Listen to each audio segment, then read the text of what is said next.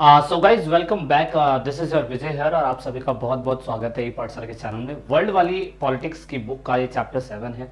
इस वीडियो के ऊपर हमने वीडियो का पहला पार्ट अपलोड किया हुआ है and now this is second part. अगर आप चैनल पे नए हैं तो चैनल को सब्सक्राइब जरूर कीजिएगा and if you want to get the notes तो आप हमारे साथ टेलीग्राम पे जुड़ सकते हैं, आपको वहां से नोट्स मिल जाएंगे। ओके और उसके अलावा क्या कहते हैं, आप लोग अगर इंस्टाग्राम पे हमसे डाउट पूछना चाहते हैं तो आप जरूर इंस्टाग्राम पे ज्वाइन होइएगा, वहां पे आपको डाउट्स क्लियर हो जाएंगे। तो यहाँ पे हमने पिछली क्लास, अगर आपको याद हो तो मैंने सिक्योरिटी बिहाफ पे चैप्टर चल रहा है पूरी तरीके से एंड सिक्योरिटी के बिहाफ पे हमने पिछली क्लास के अंदर ये देखने की कोशिश करी थी। हमने देखा था कि सिक्योरिटी यानी कि सुरक्षा की धारणाएं, नोशन जो थे दो प्रकार के थे, ट्रेडिशनल था और नॉन ट्रेडिशनल था, है ना। मतलब अशांति का मतलब अगर कोई भी किसी प्रकार की इनसिक्योरिटी होती है तो शांति को खतरा होता है। हमारे इंडिया के अंदर दो ही टाइप की अशांति यानी कि दो ही टाइप के खतरे हमें देखने को मिलते हैं। बाहर के खतरे हमें समझ में आ गए थे और हमने वीडियो के पहले पार्ट में इसको जान लिया था and in this part, video के सेकंड पार्ट के अंदर हम आंतरिक खतरों के बारे में समझने की कोशिश करेंगे सेकंड पार्ट में, और ये भी देखने की कोशिश करेंगे कि सेकंड पार्ट में कैसे इंटरनेशनल सिनेरियो को जोड़ा जाता है और इसके बिहाफ पे जो दूसरी कंट्रियां होती है वो क्या करने की कोशिश करती है। जब वीडियो आगे बनती चली जाएगी तो फिर हम नॉन ट्रेडिशनल नोशन के बारे में भी जानेंगे कि सुरक्षा को खतरा पहुंचाने वाले ऐसे कौन से और क्या कहते हैं रीजन हो सकते हैं, कारक हो सकते हैं, यानी कि फैक्टर हो सकते हैं जो किसी भी देश के लिए इनसिक्योर होते हैं। ठीक है, तो वो हम आगे बढ़ते चले जाएंगे, बट इस वीडियो के पार्ट में हम अब आंतरिक सुरक्षा के धारणा यानी कि वो सोचने की या देखने की कोशिश करेंगे। ओके, तो वीडियो में एंड तक बने रहिएगा। ये सब हमने पहले ही पढ़ लिया है, जब भी आपको समझ में आएगा जब आप वीडियो में एंड तक बने रहेंगे। So this is second part. अब हम देखने की कोशिश कर रहे हैं। ये देखिए, अगर आपको पता हो, हमने वर्ल्ड वाली बुक के अंदर काफी कुछ समझ लिया था और हमने कहा था कि ड्यूरिंग कोल्ड वॉर अगर हम देखें तो यूएसए और यूएसएसआर ही मोस्ट पावरफुल नेशन थे और ये लगभग क्या कहते हैं 1945 से लेकर 1991 तक चला था and during this time period जितने भी नेशंस थे some of the newly independent countries like Europe and Europe power become the member of cold war alliance. अगर आप देखने की कोशिश करें तो यूरोप के अंदर बहुत सारी कंट्रियां थी जो उस टाइम पीरियड के अंदर कोल्ड वॉर अलायंस में बट गई थी और इवन क्या कहते हैं, आपकी जो नॉन डेवलपिंग कंट्रियां थी जो ड्यूरिंग दिस पीरियड में आजाद हो रही थी, बेचारी उन्हें भी किसी ना किसी इसका हिस्सा बनना पड़ गया था, है ना, किसी ना किसी इनका हिस्सा बनना पड़ गया था। लेकिन वो तो अच्छा ये है कि नेहरू जी ने नेम दे दिया था और नेम की वजह से ये थर्ड ऑप्शन बन गया था और बहुत सारी कंट्रियां जो थी इसमें इन्वॉल्व हो गई थी। तो कह सकते ये है कि ड्यूरिंग कोल्ड वॉर अगर हम देखें तो टू सुपर पावरफुल नेशन जो है मोस्ट ऑफ द वॉर यानी कि 1/3 अगर वॉर अगर कहीं पे भी हुए होंगे, कहने का मतलब 1/3 वॉर, कहने का मतलब ड्यूरिंग कोल्ड वॉर के टाइम पीरियड पे अगर 1/3 वॉर कोई भी कंट्री दूसरी कंट्रियां एंगेज हो रही होंगी वॉर में, तो यहाँ पे टू सुपर पावरफुल नेशंस की प्रॉब्लम तो होगी ही होगी। मतलब कहने का मतलब ये दोनों कंट्रियां तो आपस में कभी नहीं लड़ी, लेकिन इनके साथ जो अलायंस में कंट्रियां थी ना, अगर वो आपस में लड़ रही हैं तो यहाँ पे कोल्ड वॉर ही एकमात्र ऐसा रीजन बोला जाता है जिसकी वजह से क्या कहते हैं कोल्ड वॉर हो रहा होगा और उसके वजह से जो छोटी कंट्रियां होंगी बेचारे उनको बाहर की प्रॉब्लम यानी कि जो एक्सटर्नल प्रॉब्लम हो रही थी, दूसरी कंट्रियां वॉर में इन्वॉल्व हो रही थी, वो कंट्रियां आपस में लड़ रही थी, तो एकमात्र शीत युद्ध इसमें रीजन माना जा सकता है। लेकिन ये तो हमने एक्सटर्नल के अंदर देख लिया था, लेकिन इंटरनल के अंदर भी जो बेचारी डेवलपिंग कंट्रियां थी जो डेवलप हो रही थी उनको भी बहुत सारी समस्याओं का सामना करना पड़ रहा था और जो समस्याओं का उनको सामना करना पड़ रहा था वो हमें अभी इंटरनेशनल सिनेरियो में हर एक कंट्री को हम देख सकते हैं। मतलब कि जो यूरोपियन कंट्रियां उन्होंने तो आफ्टर कोल्ड वॉर अगर देखें हम लोग तो आफ्टर कोल्ड वॉर उन कंट्रियों ने पूरी कोशिश करी है कि अपनी कंट्री के अंदर वाले हिस्से में पूरी तरीके से स्टेबिलिटी बनाने की कोशिश करें, क्योंकि सुरक्षा को खतरा पहुंचाने का रीजन या तो आउट ऑफ द कंट्री से आ सकता है और आउट ऑफ द कंट्री से आ सकता है तो वो हमने पहला देख लिया था, और उसके बाद कंट्री के अंदर अगर कोई भी प्रॉब्लम क्रिएट हो रही है तो उस कंट्री को अपनी कंट्री के अंदर की प्रॉब्लम को सॉल्व करना पहले ज्यादा जरूरी है, क्योंकि इंटरनेशनल लेवल पे अगर वो दूसरी कंट्री से युद्ध लड़ना चाहता है और अपनी ही कंट्री के अंदर क्या कहते हैं उसको दिक्कत है तो वो युद्ध नहीं लड़ सकता। तो इसीलिए most of the European countries ने during cold war and after cold war पूरी तरीके से अपने इंटरनल सिक्योरिटी के ऊपर फोकस करने की कोशिश करी थी। तो ऐसा ही हमें भी करना पड़ेगा, सेम ट्रेडिशनल नोशन हमें भी अपनाना पड़ेगा, क्योंकि जो नॉन डेवलपिंग डेवलपिंग कंट्रियां हैं, मतलब जो डेवलप भी नहीं हुई है, उन कंट्री के अंदर नॉन डेवलप होने का एक रीजन ये भी माना जा सकता है कि उनकी कंट्री के अंदर ही इतने सारे डिस्प्यूट बने रहते हैं, इसलिए वो इंटरनेशनल लेवल पे वॉर की लड़ने की तो सोचते ही नहीं है। एग्जाम्पल के लिए अगर हम देखें तो आंतरिक प्रॉब्लम जो सुरक्षा को खतरा पहुंचाती है, तो यहाँ पे नंबर 1 है आपका सेपरेटिस्ट मूवमेंट। मतलब किसी कंट्री के अंदर अलगाववादी आंदोलन चलता है रही अगर, तो सोचिए उस कंट्री की पूरी तरीके से राजनीति, पूरी तरीके से सरकारें, पूरी तरीके से इंफ्रास्ट्रक्चर उसी में लग जाता है। जैसे एग्जांपल के लिए असम में बोडो जाति है जो पूरी तरीके से ये कोशिश कर रही है कि वो पूरी तरीके से असम से अलग हो जाए। वैसे भी असम के अंदर, असम पहले पूरा इतना बड़ा स्टेट हुआ करता था, उसमें से 7 राज्य निकल गए। अब असम के अंदर से बोडो लैंड भी एक अलग सेपरेट अलगाववादी मांग कर रहा है कि हमें भी अलग करा जाए। तो ये आंतरिक मैं कह सकता हूँ अखंडता को, इंटीग्रिटी को या सिक्योरिटी को खतरा है। अगर ऐसी चीजें होती हैं तो अलगाववादी मूवमेंट तो भाई सिंपल सी बात है, नक्सलवादी मूवमेंट भी अलगाववादी मूवमेंट है। दूसरा टेररिज्म, आतंक अभी किस तरीके का भी हो सकता है। कश्मीर के अंदर मिलिटेंट जो है जिनको पाकिस्तान फंडिंग करने की कोशिश करता है, तो वो भी एक आतंक का ही समय। कभी कभार तुम्हारे स्कूल बंद हो जाते हैं, कभी कभार वहां पे मतलब सिमी बंद कर देते हैं, कुछ भी हो जाता है कश्मीर के अंदर, तो वो एक आतंक का माहौल है। तो ये भी एक आंतरिक सुरक्षा को खतरा है। उसके बाद क्या कहते हैं, रीजनलिज्म का मतलब क्षेत्रवाद मतलब पंजाब अपना गुणगान कर रहा होता है, हरियाणा अपना गुणगान कर रहा होता है, और उसके बाद क्या कहते हैं यूपी अलग गुणगान कर रहा होता है, एमपी अलग कर रहा होता है, महाराष्ट्र वो अलग ही चौड़ में चल रहा होता है। तो कहने का मतलब ये है कि हर किसी स्टेट में भी बगावत चलती रहती है। यहाँ पे दिल्ली अलग ही अपनी कहानी बनाता रहता है ना।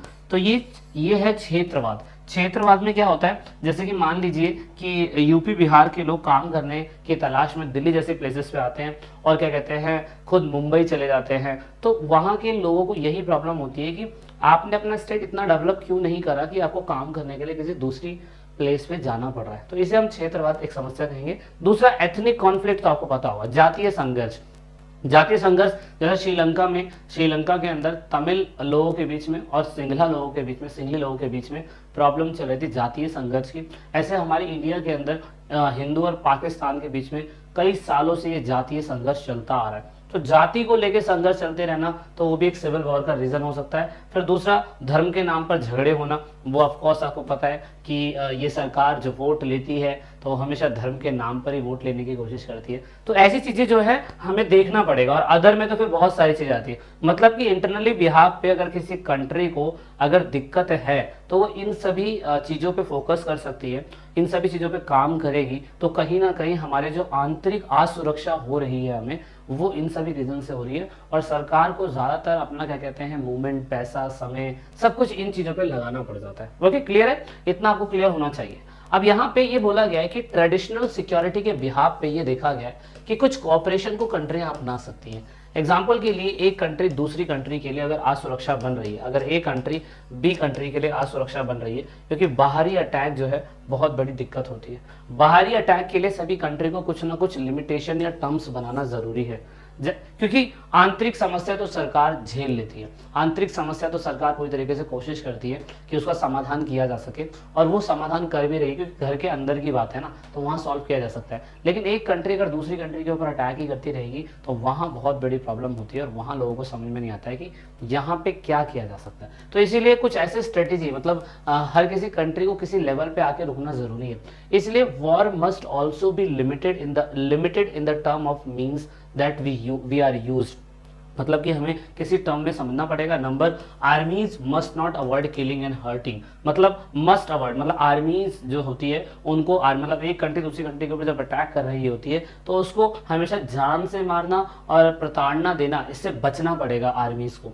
दूसरा, non combat was as well as, मतलब अनआर्म और उसके बाद नॉन कॉम्बैक्टमेंट। इसका कहने का मतलब ये है कि अगर किसी देश के पास या कोई निहत्था बंदा, आर्मी का बंदा जिसके पास बम नहीं है, रिवॉल्वर नहीं है, पिस्टल नहीं है, कुछ भी नहीं है, तो आप उस पर अटैक नहीं करेंगे। अगर कोई बंदा अपने आप को सरेंडर कर रहा है तो आप उसको जान से नहीं मारेंगे। तो ऐसा कुछ हमें क्या कहते हैं तरीका निकालना पड़ेगा, अगर एक कंट्री दूसरी कंट्री के ऊपर अटैक करने के लिए जाती है सैन्य, क्योंकि एक्सटर्नल में तो यही प्रॉब्लम हो सकती है। अगर एक्सटर्नल में ये प्रॉब्लम हो सकती है तो एक कंट्री दूसरी कंट्री पर अटैक करे तो कुछ रूल और कायदे कानून के हिसाब से ही उसे काम करना चाहिए। एग्जाम्पल के लिए महाभारत का युद्ध देख लीजिए, सभी को पता है कि जब भी क्या कहते हैं युद्ध टलता है शाम के टाइम पीरियड में, तो कभी भी शाम के बाद कोई वॉर डिक्लेयर नहीं होता है। दूसरा युद्ध की रणनीति यही होता है कि निहत्थे पे कभी भी वार नहीं किया जाता है। तो कर्ण के ऊपर अर्जुन ने अटैक करा था, लेकिन वो निहत्था था उस टाइम पीरियड में, तो वहां पे एक लौह तोड़ा गया था। तो यहाँ पे भी अगर आपको याद हो तो हमने क्या कहते हैं हमारे देश का एक बंदा था जो दूसरी कंट्री के अंदर चला गया था गलती से, और वो बहुत वायरल हुआ था, और उसको हमने इस वॉर की पॉलिसी के तहत ही हमने उसे वापस बुलाया था, क्योंकि हमने कहा था कि कोई बंदा युद्ध के टाइम पीरियड के अंदर अगर निहत्था है तो उसको मारा नहीं जा सकता है। तो वो कौन बंदा था मुझे कमेंट करके ज़रूर बताइएगा, बिकॉज आई थिंक आपको पता होगा, बहुत फेमस था एक टाइम पीरियड के अंदर ये बंदा। तो ये पॉलिसीज हमें अपनानी पड़ेंगी और कंट्रियां अपनाती हैं, और ये हमने रूल एंड रेगुलेशन बनाया भी हुआ है। दूसरा, इसमें ये बताने की कोशिश करी गई है कि जो ट्रेडिशनल सिक्योरिटी नोशन है उसमें support the important cooperation among the state attend the world peace. मतलब कि जितनी भी कंट्रियां हैं उन्होंने वर्ल्ड की सिक्योरिटी को बनाए रखने के लिए ट्रेडिशनल सिक्योरिटी नोशन के हिसाब से कुछ कायदे कानून तय किए हुए हैं। और वो क्या क्या है, डिसआर्ममेंट कर सकते हैं वो लोग आर्म कंट्रोल्स कर सकते हैं, कॉन्फिडेंशियल बिल्डिंग कर सकते हैं। ये बहुत ही हेल्पफुल होगा वर्ल्ड सिक्योरिटी को बनाए रखने के लिए। मतलब अगर हमें पारंपरिक धारणा को देखना है और हमें क्या कहते हैं इंटरनेशनल लेवल पर अगर युद्ध को खत्म करना है या अशांति जो पूरे विश्व में हो रही है अगर उसे खत्म करना है, तो हमें ट्रेडिशनल नोशन के अंडर में कुछ चीज़ों को अपना लेना बहुत ज़्यादा ज़रूरी है, जैसे कि मैं एक करके आपको एक्सप्लेन करता हूँ। नंबर 1 है यहाँ पे डिसआर्ममेंट, जिसे बोलते हैं हिंदी में निशस्त्रीकरण। सभी राज्यों को कुछ ऐसे प्रकार के हथियार को छोड़ देना पड़ेगा जो बहुत ही ज़्यादा घातक वाले हो। एग्जाम्पल के लिए मैं आपको दिखाता हूँ यहाँ पे बायोलॉजिकल वेपन जो था 10 अप्रैल 1992 के अंदर लंदन, मॉस्को और वॉशिंगटन डीसी के अंदर साइन करा गया था। 22 स्टेट्स ने इस पे साइन करा था स्पेशली, मतलब 22 स्टेट रुक गए थे लेकिन 109 स्टेटों ने स्पेशली इस पे साइन कर दिया था, और ये कहा था कि बायोलॉजिकल वेपन्स का इस्तेमाल वो नहीं करेंगे। तो जितनी भी आपको ग्रीन में कंट्रियां दिखाई दे रही है उन्होंने पूरी तरीके से अडॉप्ट कर लिया था कि भाई हाँ ठीक है हम बायोलॉजिकल वेपन का इस्तेमाल नहीं करेंगे 1972 के अंदर, मतलब हम डिसआर्ममेंट कर देंगे, हम ऐसा इस्तेमाल नहीं करेंगे जो पूरी तरीके से रासायनिक या जैविक हथियार होंगे, मतलब केमिकल और बायोलॉजिकल वेपन जो होंगे हम उनका इस्तेमाल नहीं करेंगे। तो बायोलॉजिकल वेपन जो था वो बायोलॉजिकल वेपन साइन हुआ था 1972 के अंदर, और उसके बाद केमिकल वेपन्स कन्वेंशन जो हुआ था वो 1992 के अंदर हुआ था।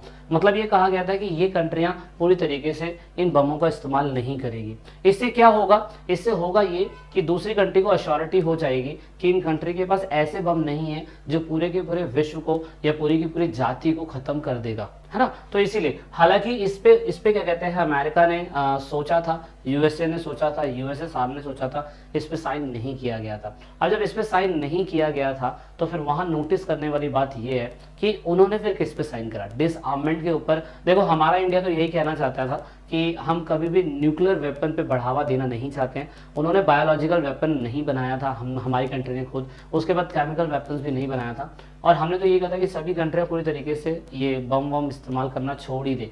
हम सभी से ये दरख्वास्त करते थे, लेकिन जब दूसरी कंट्रियां बनाने लग गई थी, न्यूक्लियर टेस्टिंग करने लग गई थी, तो तब जाके हमने न्यूक्लियर टेस्टिंग करी थी। तो ये केमिकल वेपन और बायोलॉजिकल वेपन ये बहुत ही खतरनाक होते हैं जिसका इस्तेमाल डिसआर्ममेंट के तहत किया गया था।